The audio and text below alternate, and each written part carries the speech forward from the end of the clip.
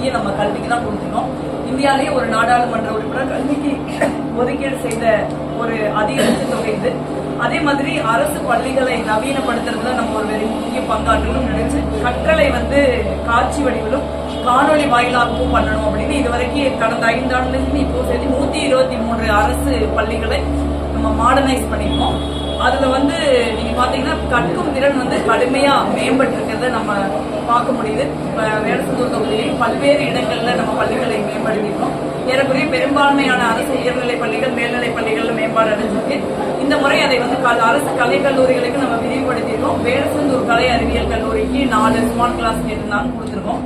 அதெல்லாம் விளையாட்டு உபகரணங்களும் கொடுக்கப்பட்டிருக்கு. சமீபத்தில் உயர்கல்வித்துறை அமைச்சர் அவர்களை சந்தித்து வேடசந்தூர் கல்லூரியில முதல்வர் இல்லாத ஒரு சூழல் இருக்கு, போதுமான ப்ரொஃபசர்ஸும் இல்லாம இருக்காங்க.